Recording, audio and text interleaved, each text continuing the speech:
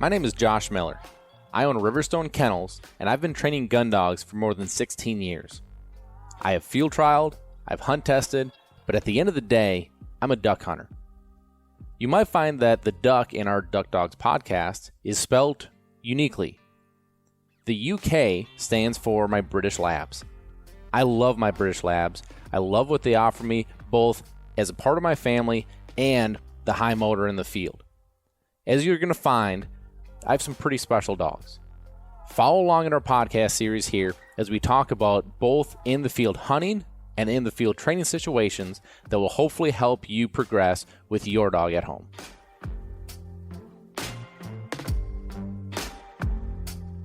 Hello again, everybody. Welcome to another episode of Duck Dogs. I'm your host, Josh Miller, and I want to thank the sponsors for today's show because without them, this doesn't happen. So first off, thank you to Eukanuba.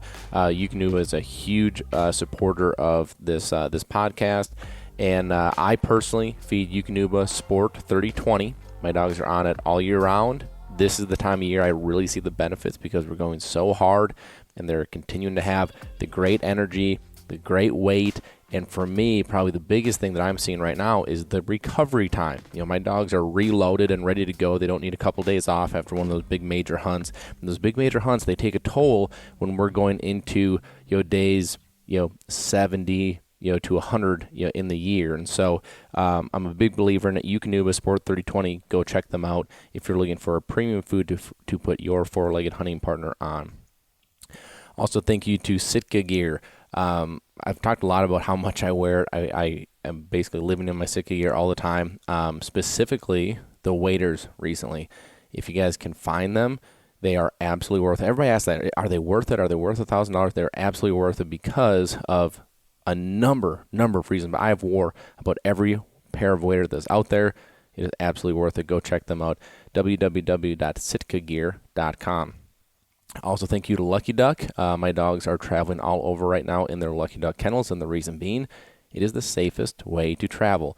Both the intermediate and large are both 5-star crash test rated, and so you can rest assured that your hunting buddy is as safe as they can be while they're traveling.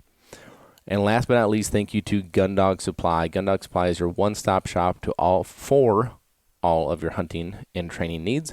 I was actually just with Rob Snell, one of the owners of Gun Dog Supply here in Missouri, and they're just great people. I think that's what I love more than anything about them. So go check them out, www.gundogsupply.com.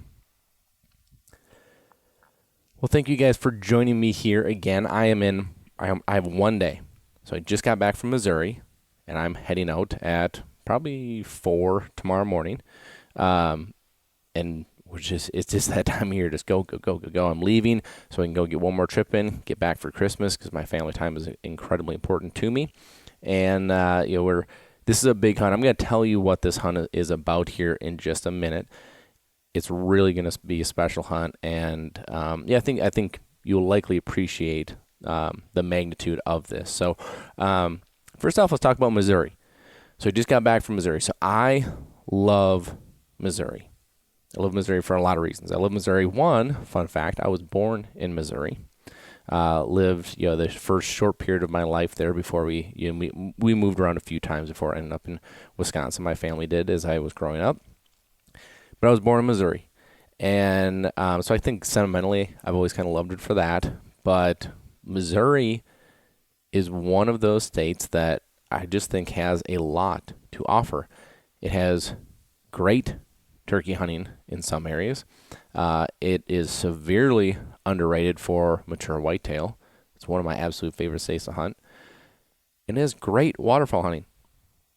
And that's the one thing that, when I say Missouri, I think, people think, Iowa or Kansas for big deer. They think Kansas, Oklahoma, Arkansas, for waterfowl. It's just I feel like it's underrated. Maybe you feel differently. I just feel like it's like you never hear about it. But I'm fortunate enough to have a friend that has a bunch of ag ground down there, and one of his fields is right next to the Mississippi River, and it just it just holds a lot of birds in that area. And it'd be a big staging area, tons of ducks, tons of specks, tons of snows, bunch of honkers. I mean, we saw it all, and it was great location. And so what he's done with this property is he actually put a pit in. He after harvest, he'll section that area off. He'll put water on it, flood the field. Yes, we're hunting in standing corn, and I mean it's just like as ideal as it can get, and it makes it really fun to have kind of that set up place that you can go and especially for I had Whitney along, we had Chloe. If you guys are familiar with the kennel, you probably have talked to Chloe. She handles a lot of our office work for us, and just easy hunt, right? Easy get there, set up, great. But it's a place that I really enjoy, going. And so we went down there. It was actually my birthday hunt. My birthday was on the 14th. So Whitney always loves to go somewhere and hunt over my birthday because she knows it's what I love doing. And I love when she can go along because it just makes these hunts that much more impactful for me because the memories that we get to share together. And so it's really a fun thing for me.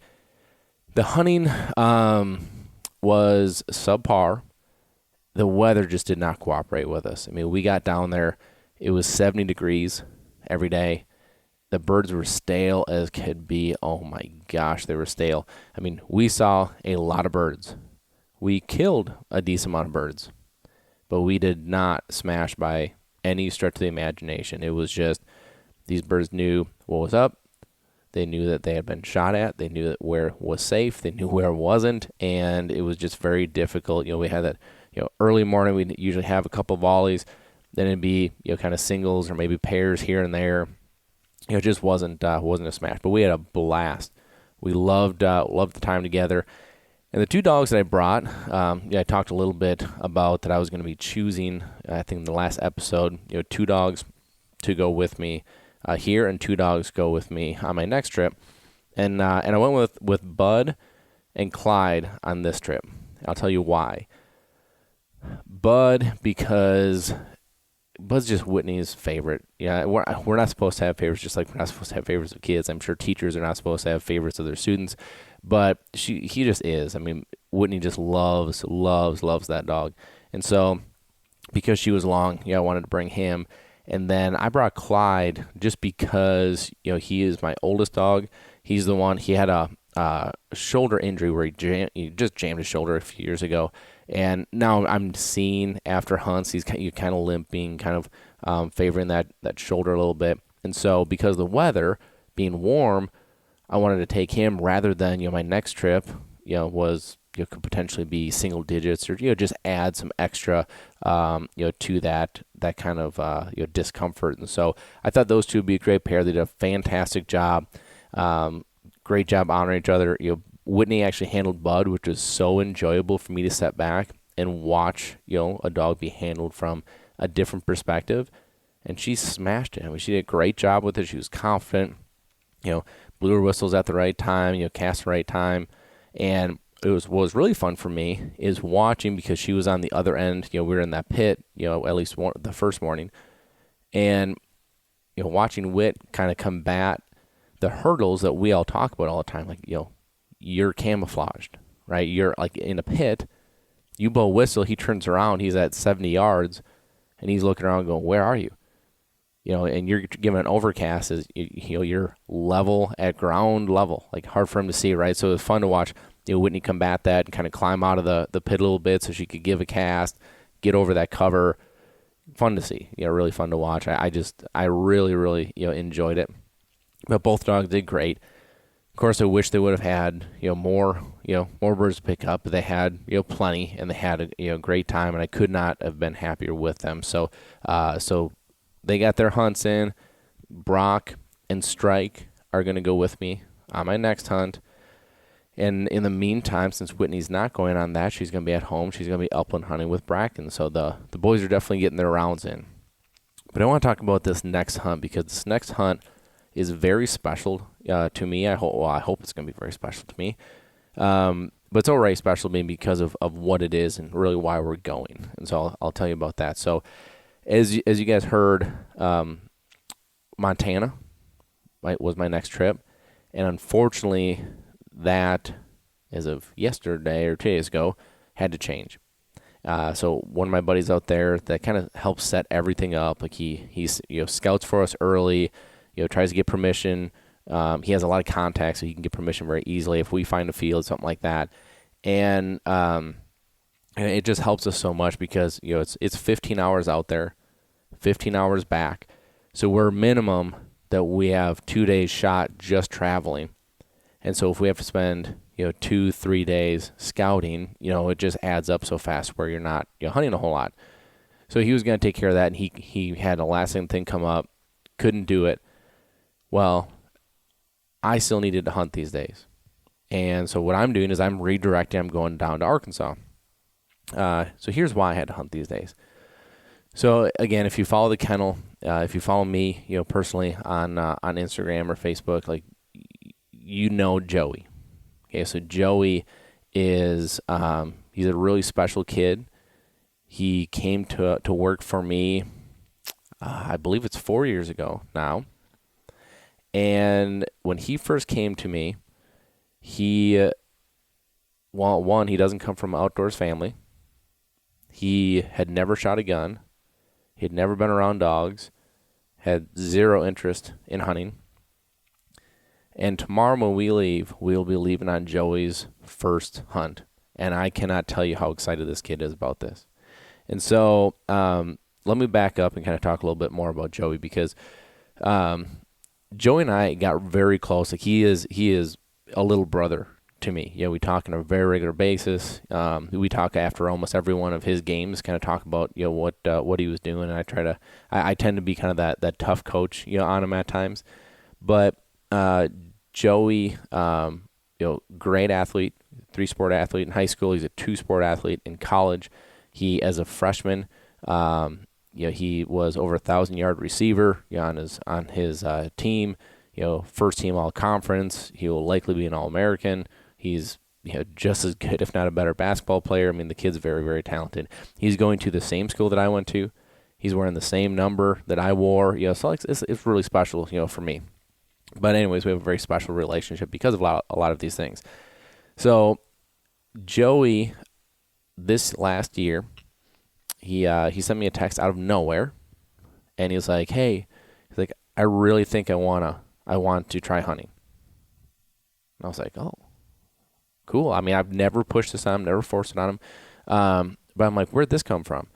He's like, "Man, like just being around the kennel, watching, what you do and why you do it, watch, the videos of you being out there." He got to the point he really liked doing this. After work, he would check out, and we have, we use a lot of pigeons, for training. So if we had a bird that got away, if we were training a homer that wasn't homing, we have a lean-to, off of our building that a lot of times those birds would go and try to live in, and they make a complete mess because then they're going to the bathroom all over everything that's under there. And so Joey would check out. He'd go sit under the lean-to, with the 20 gauge, and he would sit there and just try to shoot these pigeons. And so I kind of felt like he was growing an interest, for this, but never mentioned anything. And I was like, "I'll tell you what, man, you go get your hunter safety, and I will make sure that I take you on as good of a hunt as I can to get things going." Now, there are a few hurdles on this, right? Because one, I just told you he's a 2-sport athlete, and those 2 sports are football and basketball, which are the absolute 2 worst sports to be playing if you want to go specifically waterfowl hunt, if you want to deer hunt, if you want if you want to do anything except turkey hunting. This is like the worst 2 sports you could possibly play. So it was very difficult. So we had to line up. So he has practice tonight, and once he's done with practice, he's coming back into town. He's obviously going to stay at his parents' house, and we're going to be leaving early in the morning to go down. And he, for the last 10 days, I'd wake up to a text. It'd be 9 more days, 8 more days. I mean, he is jacked up about this. But you can probably imagine, my panic when the hunt that I thought I had lined up, which was, every time is just, it's great because we have these spots already lined up.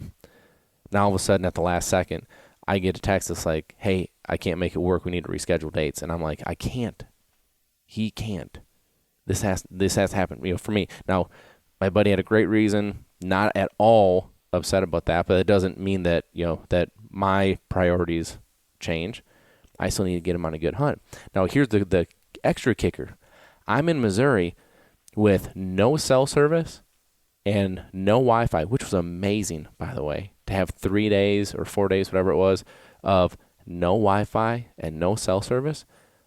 It was like it took me a day. And how sad is this? It took me a day just to settle into, I can't get a hold of anybody.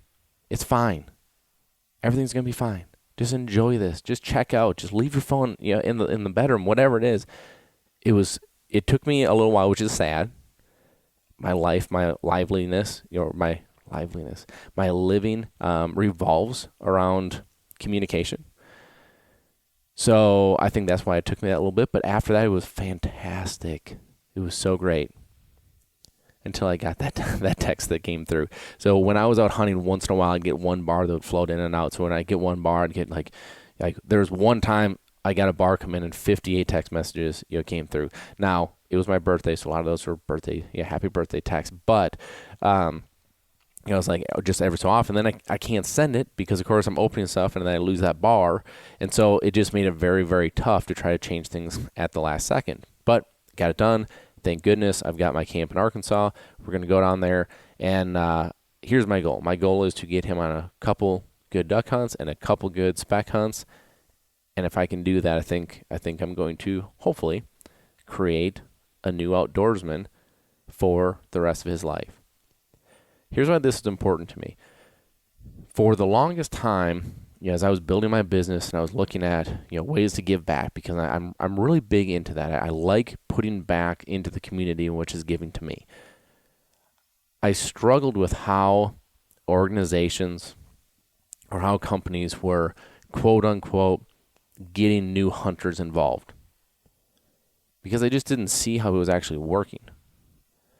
If I see a group or organization, take 10, 12-year-olds out on a pheasant hunt, and they're at a game farm so that they know there's birds out there, and that's awesome. That's great, right? Those 12-year-olds probably, you would hope, have a blast and gain an interest. Here's the problem. Unless those kids have parents that want to go hunting, those kids are going to go home and not be able to really have probably the choice to go hunting until they're 16 and can be mobile on their own. And if those kids had parents that were interested in hunting in the first place, then they probably would have got into hunting anywhere, at least had the opportunity. Okay? I'm talking about how you take someone like Joey, who no way, no how would have gotten into hunting or the outdoors otherwise. I think this age bracket, this 18 to 25, I think that's the bracket. I think that's where you start to capture new people and get them involved. And the reason being is you start to get some financial stability.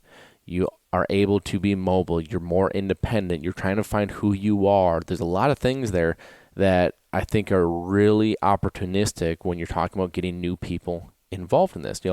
So Joey, if I take Joey down here and he loves it, Joey's going to have the availability himself to go do this anytime he wants, right? He's going to have stuff to learn. That's why we have mentors. That's why all of us, almost without exclusion, had mentors to get us into these things in particular, but a lot of things. Think about any hobby that you got into, that you got good at. You likely had a mentor show you the way and how to get into that. So yeah, he's still going to need that. But if I can light that fire, he could potentially go forward and be an outdoorsman again for the rest of his life. I'm not forcing that. I'm hoping that it happens just because I think it'd be great for him. But this is one of the reasons I'm so excited about this. The kennel, a job that he applied for, had no idea what he was doing. He just wanted a job cleaning kennels. Then morphed into, 4 years later, we're going on his first hunt. That is really cool. My relationship makes it even more special to me, but I just think it's cool how, they're just things that come up in your life that kind of direct you into potentially becoming the person who you end up being. That job at the kennel could have had even more of an impact on his life than even I knew. So that's why this is so important to me. And I've been calling, buddies of mine down in Arkansas nonstop, and I'm like, hey, I'll pay you to scout, just try to get your spec fields lined up. I'll take care of the ducks. Trying to have this be as fun of a time for him as possible. I think he'd have fun if we didn't shoot anything. But you know how it is. I mean, if you go deer hunting and don't see any deer, it's not as exciting. If you go duck hunting and don't see any ducks, it's not as exciting. You go duck hunting and you have a bunch of mallards trying to sit on top of you, yeah, it's pretty exciting. It's really exciting. That's what I'm hoping to capture here. And that's why this hunt is so special to me, and why I'm putting such an emphasis on getting on as good and high quality of a hunt as I can. Giving back. This is, I think, one of my ways that I can give back. And the dogs have such a unique way of doing that. Joey naturally, when he was here, he gravitated towards a couple dogs, Brock being one of them, which is why Brock, is going. That's one of the reasons I, put him aside when I was choosing which dogs I was going to bring, down to Missouri. Brock wasn't an option because I wanted him going on Joey's first hunt. So, these are all just kind of rhymes and reasons of what I'm doing and why I'm doing it, with my dogs. I kind of shuffle that. But this could be a really cool thing. So I'm going to document it. Hopefully we can kind of pull a cool story together out of it. There's a lot of things need to happen, for that to work. But I'm really hoping that this turns out to be a special story that we can enjoy. So keep your eyes out for that. I will hopefully be able to document some of it. Again, if you go follow Riverstone Kennels on Instagram, I put a lot of our stories of our hunts, video footage, things like that. But go on there and just follow along with that, because if you're interested in this at all, hopefully I can capture some of that and show you guys the behind the scenes of what's going on. So big hunts. I'm excited. I will get back right before Christmas, and I'll try to hop on here right away and give you guys a recap of that and kind of what I have going on next. So I hope you guys have a great rest of your week, and fingers crossed, hopefully the birds read the script, hopefully Joey has an awesome hunt, and hopefully we're going to create a lifelong duck hunter. It'll be fun, so stay tuned. Thanks for listening. Be sure to follow us on Facebook and Instagram, leave us a review on iTunes, and a special thank you to Eukanuba, because without them, we couldn't do what we do here, bringing this information to you.